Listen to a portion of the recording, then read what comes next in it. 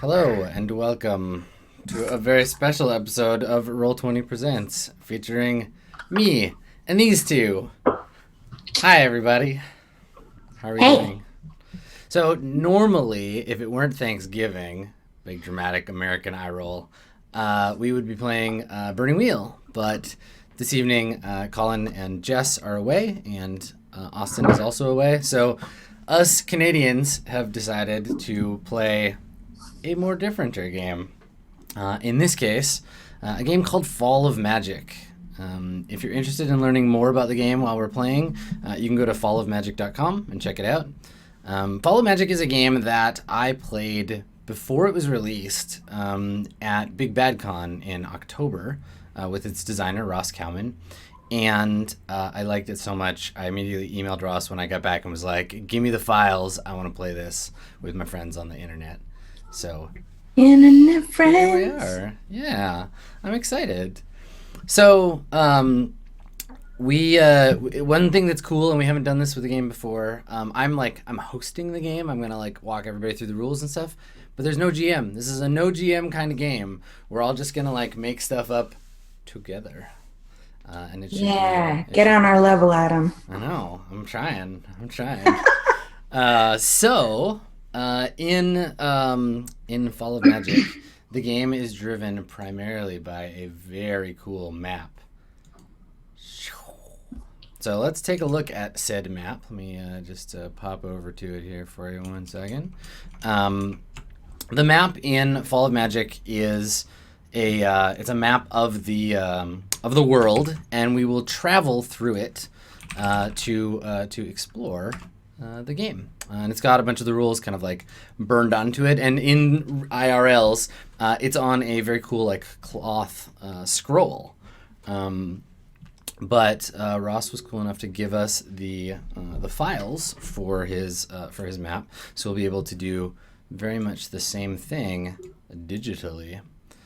So let's pop over that, and then I will read you some.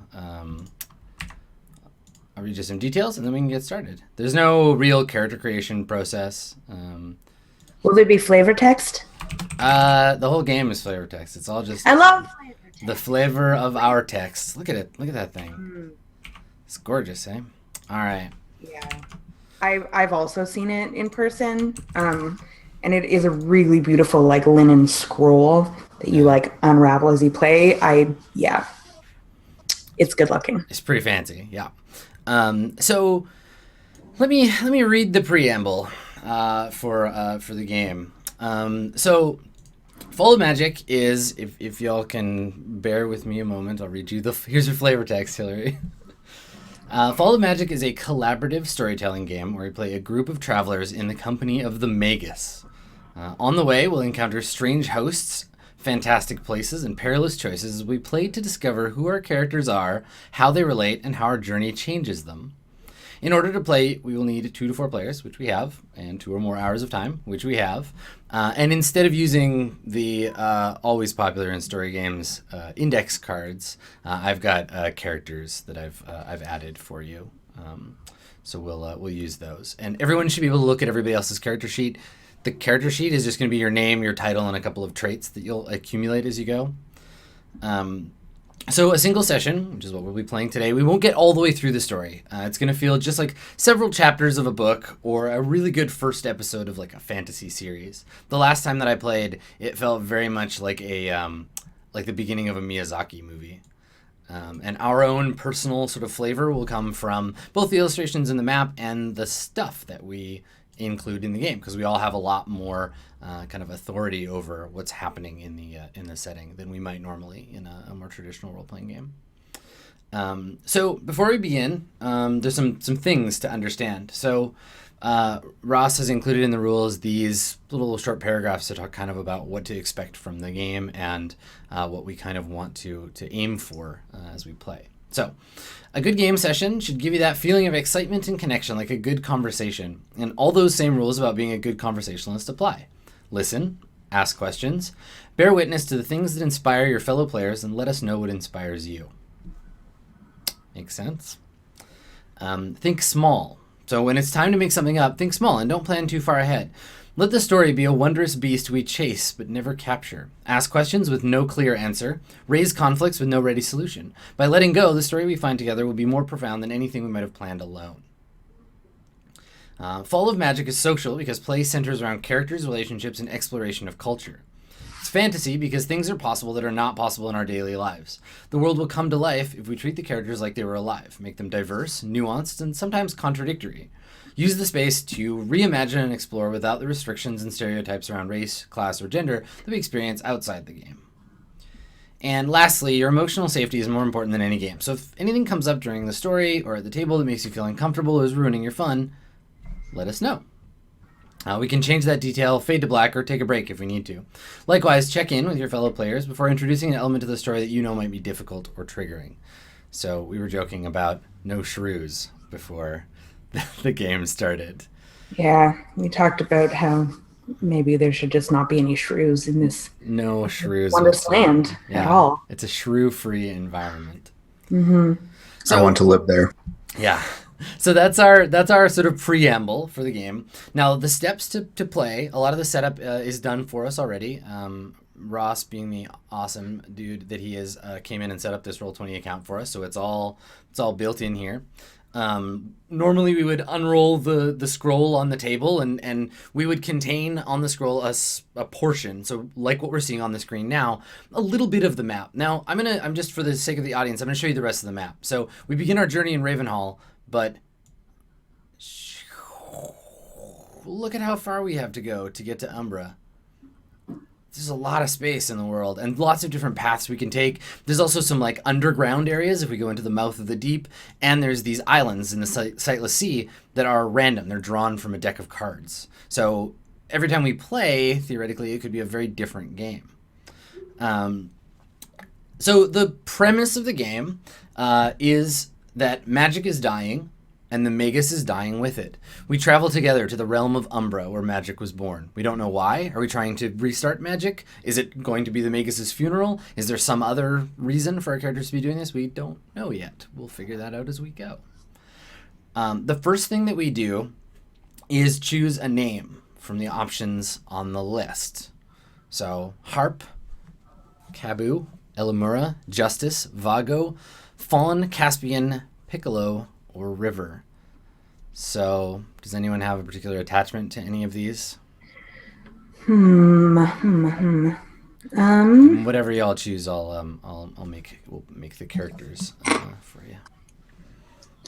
I don't have one that I'm immediately wanting. Do you, Andrew? I will be Cabu. Cabu? Great. Okay. All right, Cabu. I'll be Piccolo. Okay. All right. So, let me make... And there you go. Andrew. And I was River last time, so I'll be something that isn't River this time. Are you going to be Caspian? I was thinking Caspian or maybe Harp. I'll be Caspian. I like Caspian. I get my own ocean. I guess it's a sea, but It is a sea. it's fine. So some folks are asking about what's on the map hidden behind our webcams. Well, that's the next step of character creation.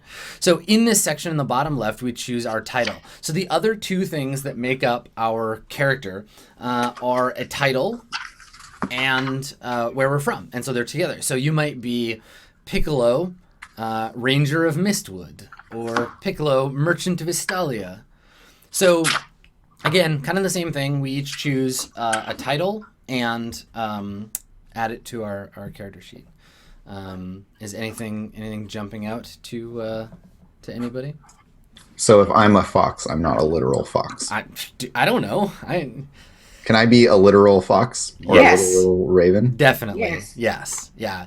So there's the options here. Andrew's looking at the Fox of Mistwood or Raven of Ravenhall. We know nothing except the names of these places. So we can make all this business. Okay, I want to be a raven of Ravenhall. Yeah, Raven of Ravenhall. Okay, perfect. So you are Cabu, and you are a Raven of Ravenhall. Or I guess you're just Raven of Ravenhall. You're either a Raven or the Raven. It's hard to say. What do you think, Hilary? What is Piccolo? Um, there's some good options here. You know, Ooh, crab singer. Ooh, I think I want to be hero. That's great too. hero of No, I'm gonna be a hero. swine Who doesn't want to be the hero of Barleytown? midwife. There's this little. And There's you're one just like on all the barrels. There's a picture of you flexing. It's that's me, Piccolo. No, Piccolo swineherd of Barleytown. Okay, cool. A raven, a swineherd, Barleytown. Okay. Is Barleytown? That's 2 words. Okay. The town of Barley. Okay. All right. I will be Caspian.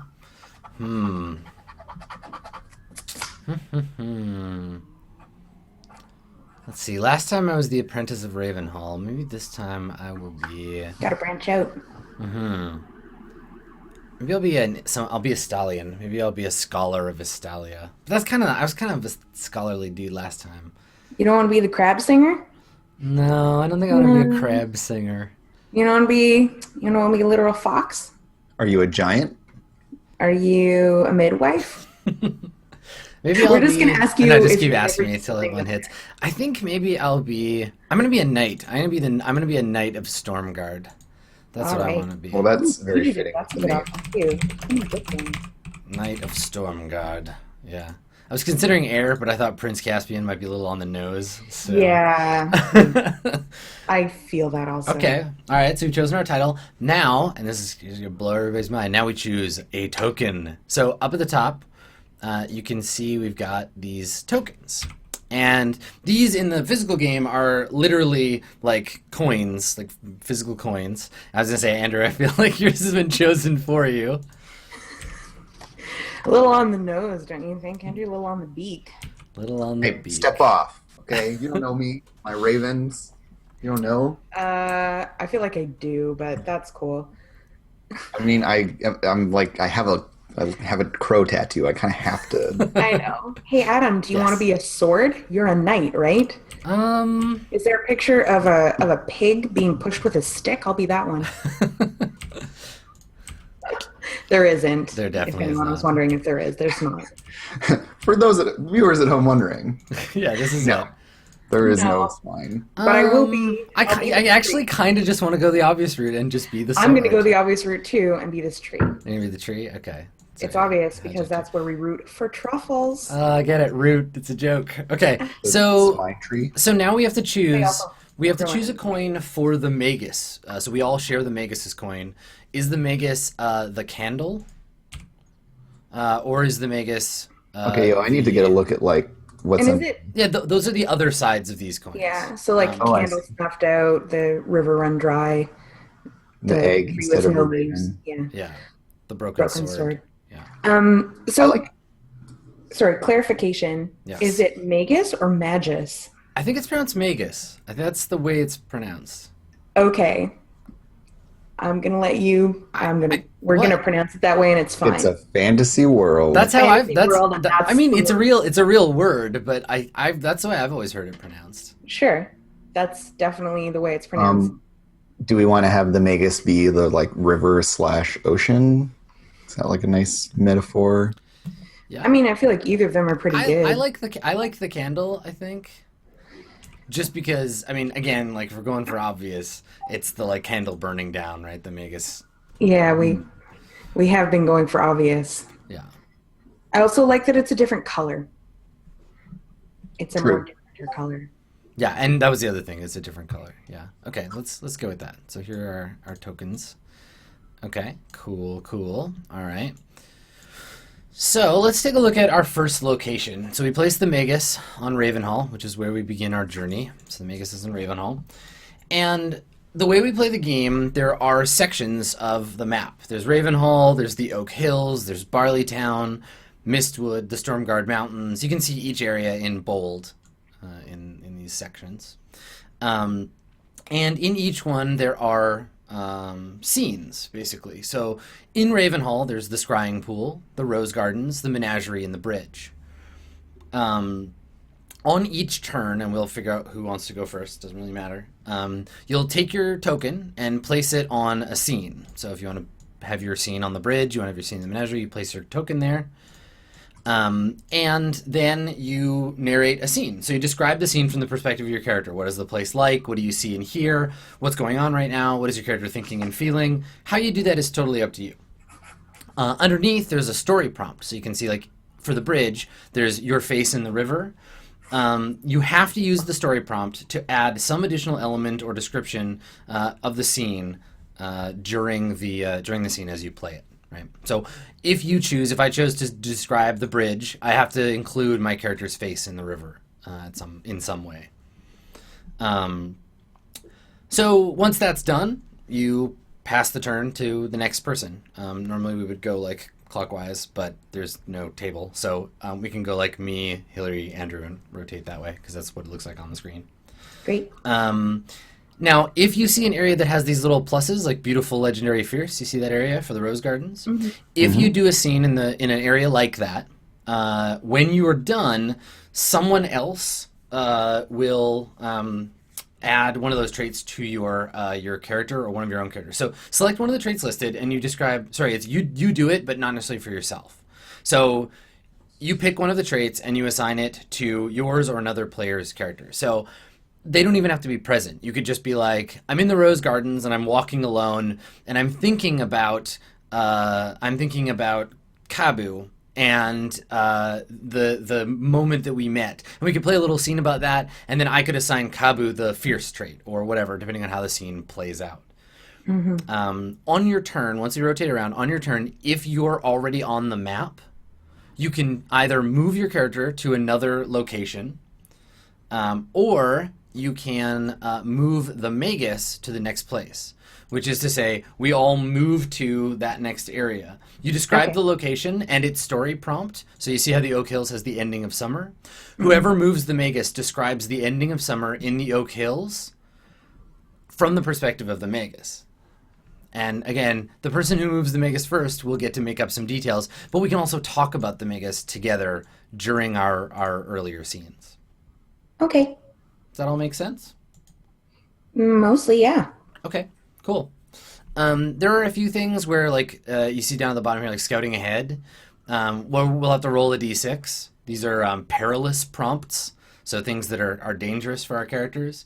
And there are a few later on, which we may not even have time to get to, that have leaves on them, and those are change. They're ways that you can change or remove something from your note card, your name, your title, or a trait. So you could go from being Piccolo, Swineherd of Barleytown, to Piccolo, Ghost of Mistwood, or whatever, right? Like you can have changes to your character sheet. I think the first one that we might encounter is the Marketplace of Magic in Estalia, but we'll get there when we get there. There's also the torch icon, which is over here.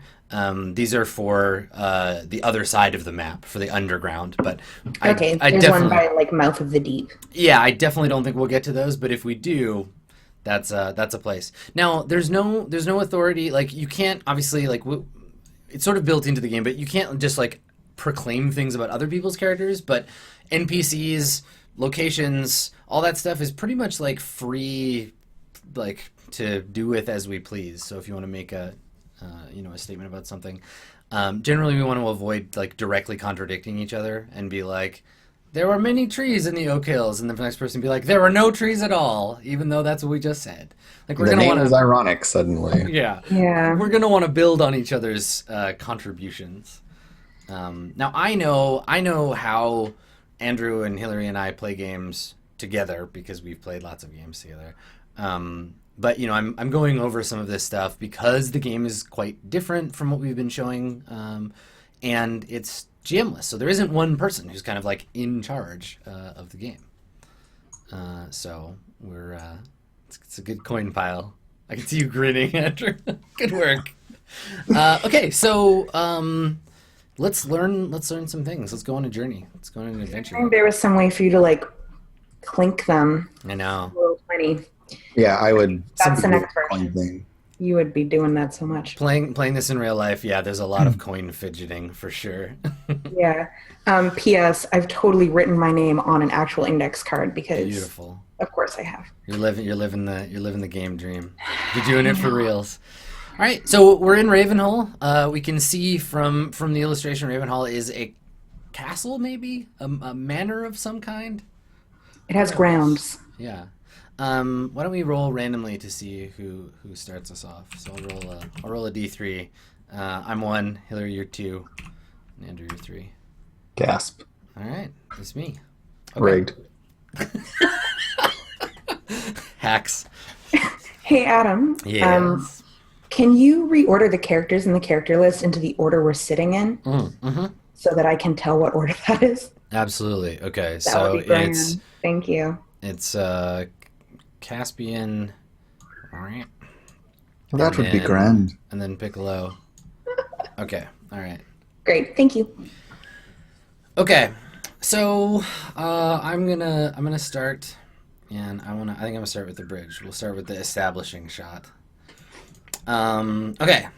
So Caspian. I don't know anything about my character except that I'm a knight and I come from Stormguard, or am from there. So Ravenhall. We see it, I think, at a distance still. The bridge is over a large, quite a large river, and it's not like a little wooden bridge. It's a big stone bridge, and Caspian is approaching alone, unmounted, wearing probably like a heavy green cloak. Maybe the sort of traditional green. There's like a particular kind of green that belongs to the Knights of Stormguard.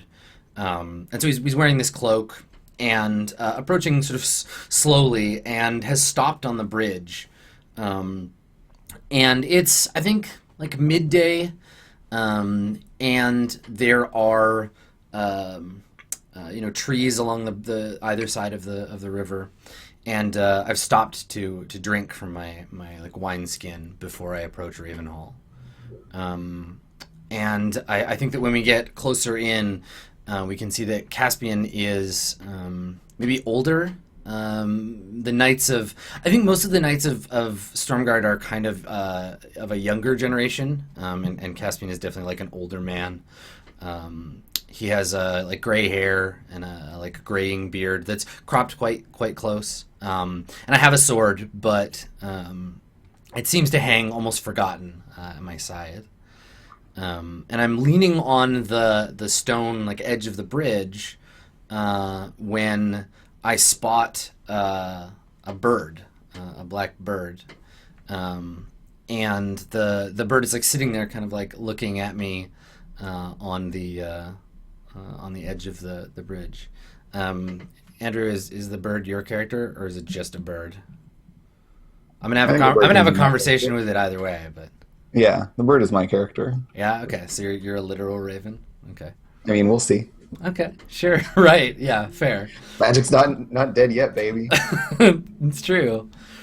Yeah. So I think I look up and I kind of see the raven, and I nod, and I say I know, I'm late. I'm coming. And it just cocks his head.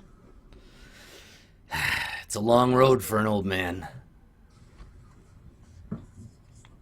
And it just starts cawing at you in that really weird deep way that ravens do, where it's more croaky.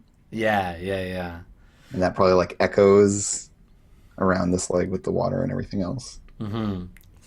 And I probably kind of half-heartedly wave at you to try to make you go away.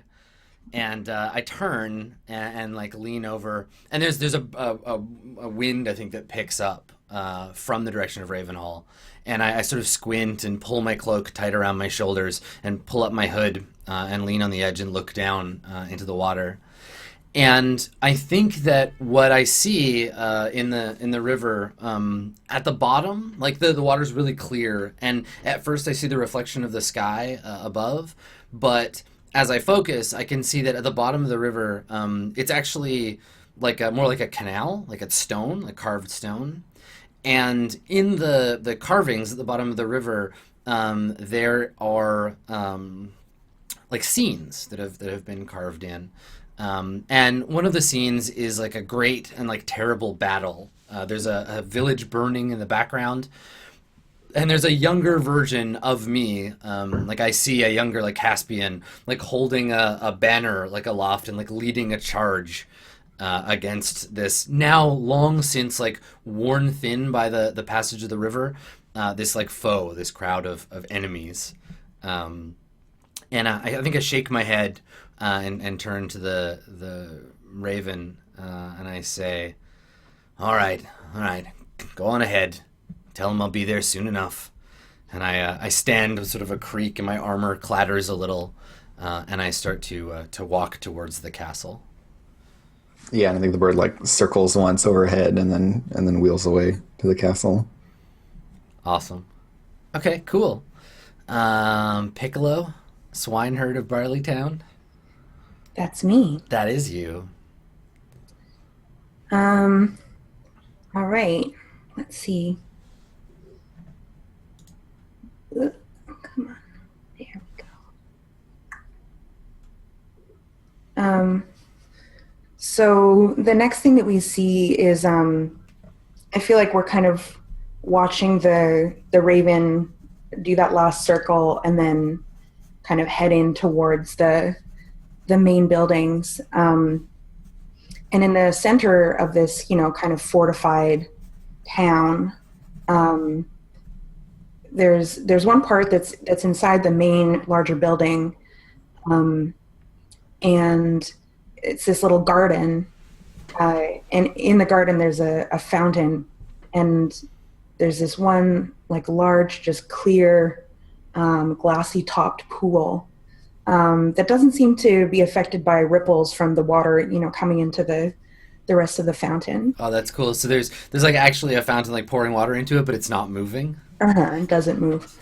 And there's, so it's, there's like the fountain that comes down, and then there's the bottom part, and then a part that comes off of it that the water pours into, but that remains just like perfectly still.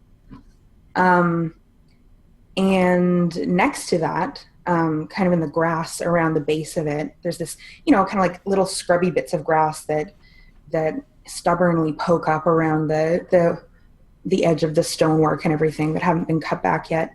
And you see this pig like scuffling there. Yeah.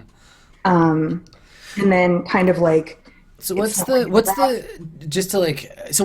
ambient, like, are there people around, or is this pig the only kind of like living thing that we've seen? I mean, I think that we've seen so far, it's like, and otherwise everything just sounds like, like quiet, kind of garden sounds. Like you can hear, kind of distant, maybe a couple birds chirping. You can hear some wind in the leaves of a tree, and you can hear the babbling of the fountain is mostly it. But there's this snuffling and rooting around of this pig.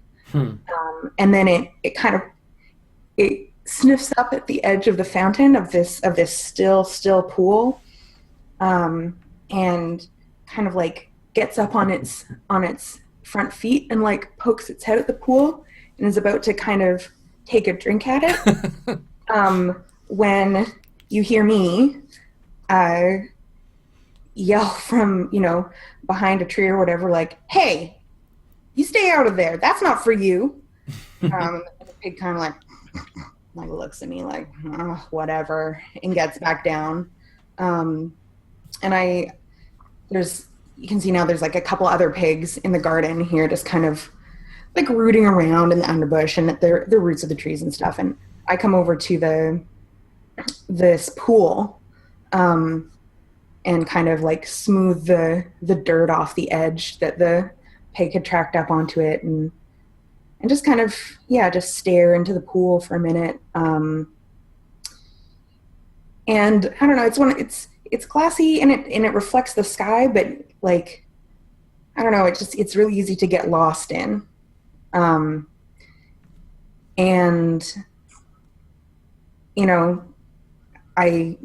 I'm just kind of staring, like losing myself into this pool. When you hear another voice.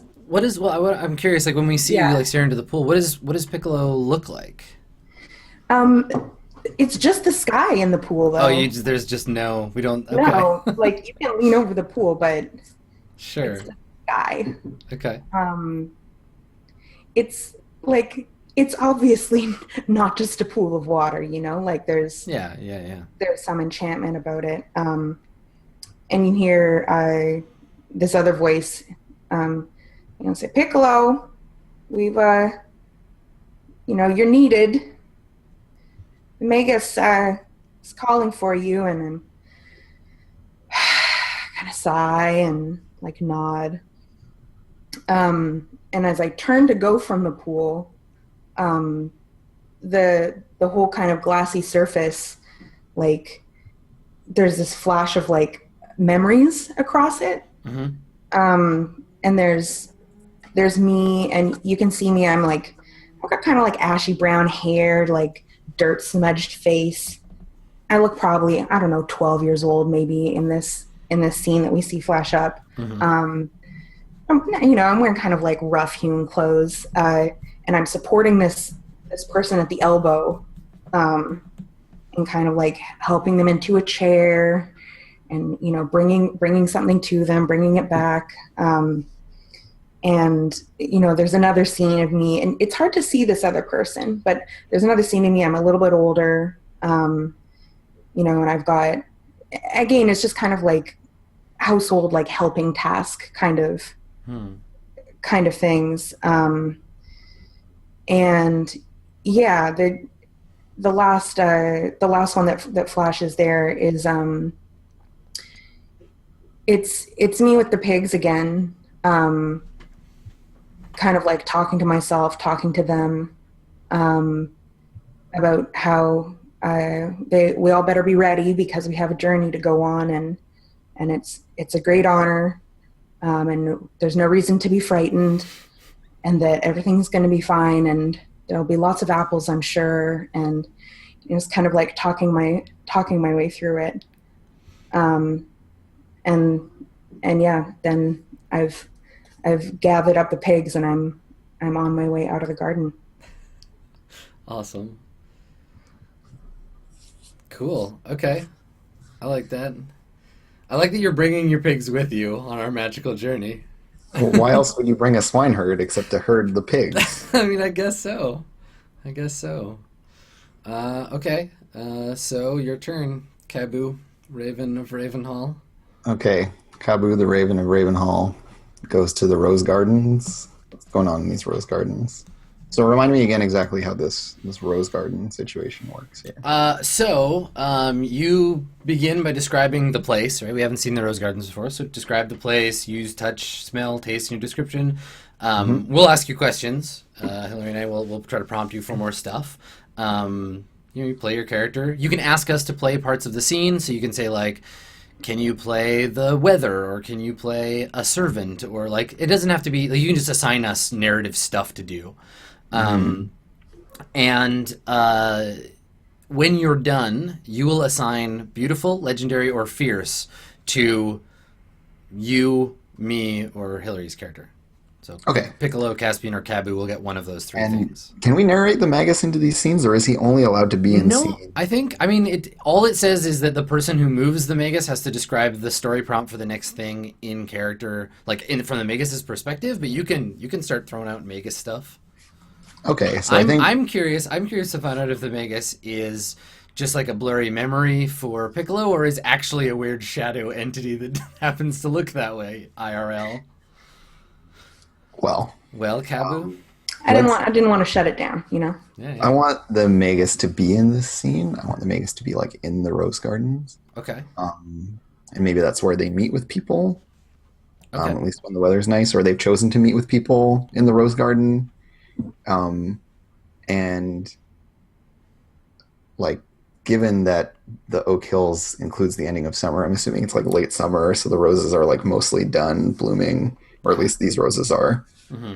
So does it have that smell that like rose gardens with a lot of plants have? Like, can you, like, is the air sweet like that? You can smell the roses, but there's kind of that like rotting smell as well, like that underlying hint of petals decay. have fallen and like started to mulch a little bit. Yeah. There are still some roses that are in bloom, but the petals have like started to wilt and curl.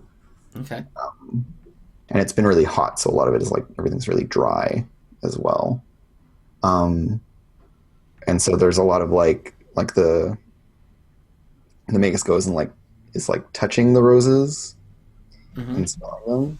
Is this a like what style of garden is this? Is this more like of a that particular English style of rose garden that's like very carefully, like there's rows, everything's carefully laid out in certain geometric patterns, or is this more of I like think a there's sort of natural like rambling a, thing? if you were to view it from like a bird's eye view, for example, a raven's eye view, If you um, were to view it. it kind of has this like very meandery, like spirally composition. Okay. Where once you like enter the garden, you kind of it's designed to kind of get you turned around and lost, and like to have surprising like interconnectivity between it, where like you Hmm. walk Uh-huh. through a little arch or something, and suddenly you're in this other part of the garden. You really didn't like expect to end up there. Does it Um, funnel you towards a certain place? Maybe you find yourself, yeah, like drifting towards the middle. Always, there's a certain like inexorable spiral to it, but it's not apparent to people walking through it. Hmm. Um, and so, yeah, and there are lots of like it's clear that it predates, or it seems to predate a lot of the architecture around here, which is already pretty old. Hmm. But like some of the archways and stuff have these like weird qualities where they don't match the like culture that we're set in. So for people, everything seems a little exotic or strange. And the roses, some of the roses, like the varieties, are only found here. No one knows where else to find this particular kind of rose or That's whatever. what happens when you're in the garden of like the arch wizard of the universe. Yeah, Like, like it's no, I don't all know. These are singing roses. You can only get them here because I invented them. Yeah. and there are lots of stories about how like before like the arches wouldn't just lead you to another part of the rose garden, they would lead you to like XYZ magical realms, Mm. and that like fairies would pass through and stuff. And the even though it's kind of got this like concentric spiraling design, it feels like it gets bigger as you go towards the center. Mm. And the space tends to like open up. So initially you're doing a lot of like going through these narrow areas, and towards the center it gets larger and larger. And so the central kind of clearing or whatever where the Magus is hanging out um, is like this very large eight-sided like shape with various like roses kind of walling it in, and they Hmm. kind of come up high and are like leaning in just a little bit. And yeah, so these are like crazy like climbing roses and stuff. Like these are like monolithic rose plants. Cool. Um, and I feel like maybe y'all's characters are there, at Okay. least one of them. Yeah, I mean, we can both be there. Because you were saying this is where like guests are met, right? And so Okay. we can like follow pretty linearly that like Okay. when the swineherd Piccolo was called. Sure. You were called to meet with Yeah. Caspian and the Magus, and we're all going to get to get the party hmm together. Okay, cool. So where's Cabu at? Tell us the bird situation. Hmm. Um, so like maybe we're led into the scene by like the raven flying in and like perching on top of this like big looming rose bush. Hmm. But there's also another person down there who's walking with the Magus when the other two show up. And it's just like a kind of like very androgynous, like very short person who's kind of like got is like holding onto the arm of the Magus, like the Magus is kind of leading them around. Hmm. And they have this kind of like wispy, kind of like platinum blonde hair, and they're Hmm. wearing very like simple, almost like peasant clothes, but they're all black. And is the Magus is not wearing simple peasant clothes, or like how? What do we see? Yeah, I think the Magus is in some kind of like very official clothing. Like they have their like clothing of office, like maybe lots of. I imagine the Magus is like like we all have costumes designed by like historical dramas, and the Magus is like a character from the Dune movie or something with like huge, like weird shoulders and like a strange hat or something. Yeah, or Like like ornamental, Alexander baroque. McQueen. Yeah, totally. yeah, very high fashion, like abstract clothing. Um, yeah, and so like the Magus kind of like absentmindedly has this person hanging on their arm and isn't really taking much notice of them and doesn't introduce them and is just like touching the roses and smelling the roses and then talking to the other two about how like you all are going to go on this like journey to Umbra. Maybe. Oh yeah, Adam, do you want to be the voice of the Magus? And Hilary, do you want to tell me what the gender of the Magus is? I'm just going to separate that. Oh, okay. Well, who goes first? I think you should go first. It will color Adam. It might help me. Yeah, I think Maybe like describe how they look and stuff too. You want me to describe how they look? Mm-hmm. Yeah, so the Magus is wearing this, as you said. Did you say it was black, but just like kind of fantastical and official? No, sorry. So the person on their arm is wearing black. Mm-hmm. And Magus, they're wearing whatever. Go nuts. Okay. So one of the reasons that the Magus stands out is because, like, they're wearing like these really shimmery kind of metallic, like gold and silver threaded fabrics in these kind of improbable shapes. I mean, obviously they're clothes, they're wearing them, but how exactly they became a garment is sort of like unknown. The imagination struggles to account for how this happened. Yeah, I mean, obviously, it's one of those things where at the same time, like, you look, they're obviously clothes, a person's wearing them, but it's like hard to imagine exactly how, like, Right. There's no garment? indicators of clothingness. Like you don't see like sleeves Yeah. or buttons or zippers Yeah, or they're just kind of like shape and like the reflections of light. I keep just thinking of Dracula from the like 90s Dracula movie. Like just this weird kind of like way that they're moving again in the like kind of otherworldly clothing. I am imagining a lot of Alexander McQueen Totally. collections where you're like, I see that Googling these a are lot of clothes, Alexander McQueen. but also I have questions. Yeah.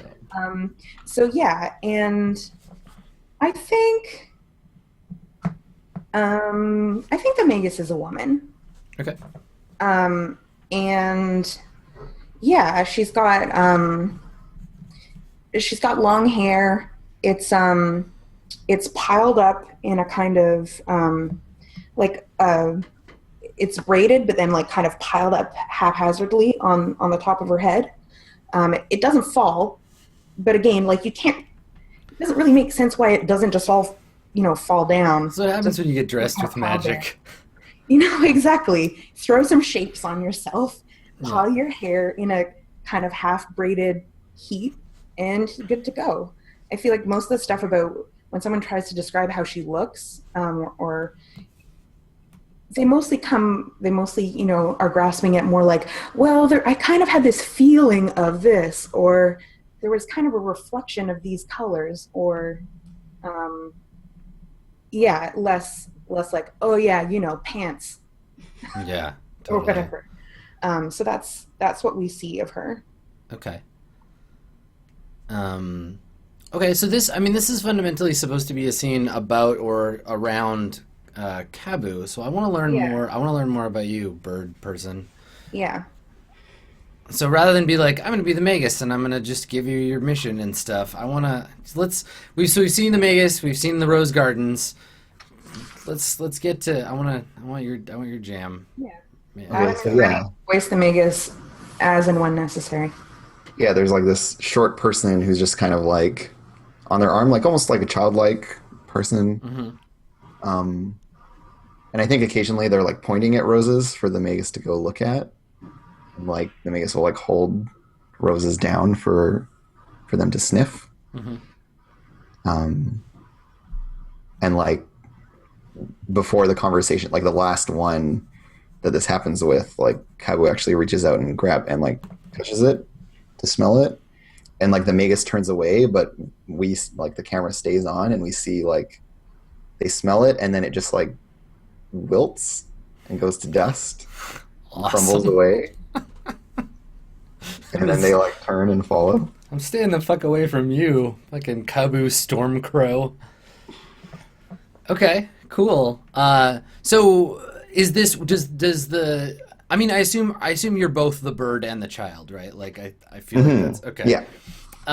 So do you respond in any way to that, or is this like a normal thing, or are you like startled by the flower dying? Oh yeah, like they don't. It doesn't startle them at all. It just kind of happens, and they turn away. Okay. But like the Magus isn't watching. Okay, I think Caspian sees that happen. I think you can pan over and you see Caspian, and he's like staring kind of wide-eyed at this little like death child and kind of like shaking his head. With the platinum blonde hair. Yeah. In all black. Yeah. Yeah. Yeah. Cool. Okay.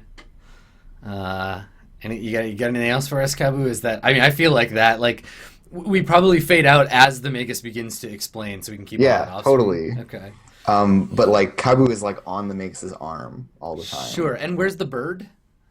And the bird is like perched, like up behind. Okay. Like somewhere in the roses. Yeah. In the roses. Yeah. Okay. Awesome. Okay. All right. So pick who gets what thing. Beautiful, legendary, or fierce. Yeah. Mm-hmm. I mean, I could just be beautiful, and that would be. Go. Yeah, you want that? Great. Okay. All right. Yeah, totally. I'm beautiful. Kabu, beautiful raven of Ravenhall. All right. So you just, I'm gonna put it in the bio and info section, so that it'll just show up on the sheet. So if you want to check what someone's traits are, you can click it and see. Yeah. Cool. All right, Kabu, you're beautiful. All right, my turn. Now I can choose if I want to move the Magus to the Oak Hills, but I want Caspian, and I want to have a scene in the menagerie with Caspian and the swineherd. Okay. So the menagerie, I think, used to be this like the Rose Garden, this beautiful sprawling like zoo, basically, right? Like it was an enclosed garden with high walls, strange trees and plants from all over the world. And like there used to be animals here, right? There used to be herds of like red stags that would like run through the woods, but they're all gone now. Like it's like walking through a closed school or like an amusement park where everything's been shut off. Yeah. The trees have been given freedom to grow naturally instead of being trimmed back. There's no animals to like trim the verge, so the grass is all like crazed. And I think that we open on Caspian standing, arms folded, staring at a pig.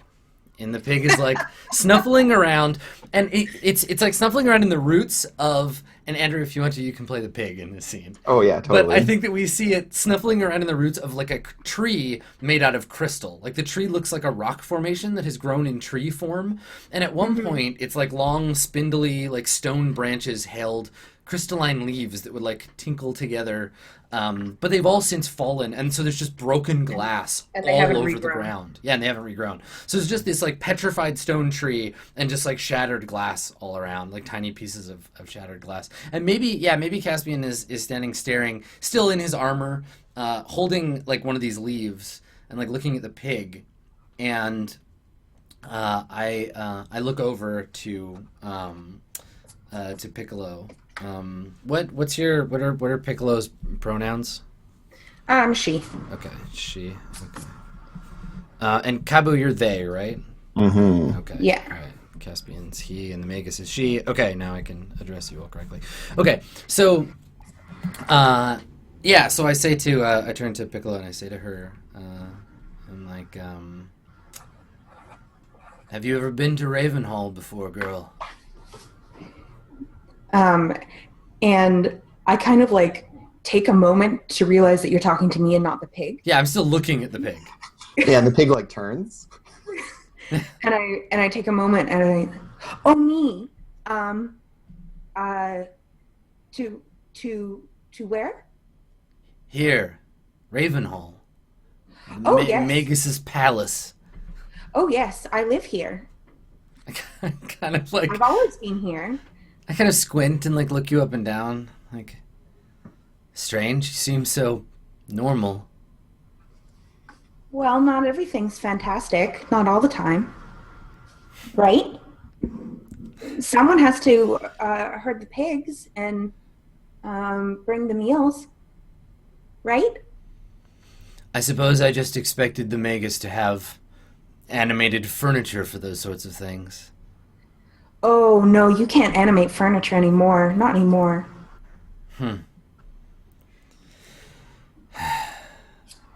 And I just toss the leaf on the ground and it like shatters. Mm-hmm. And I say,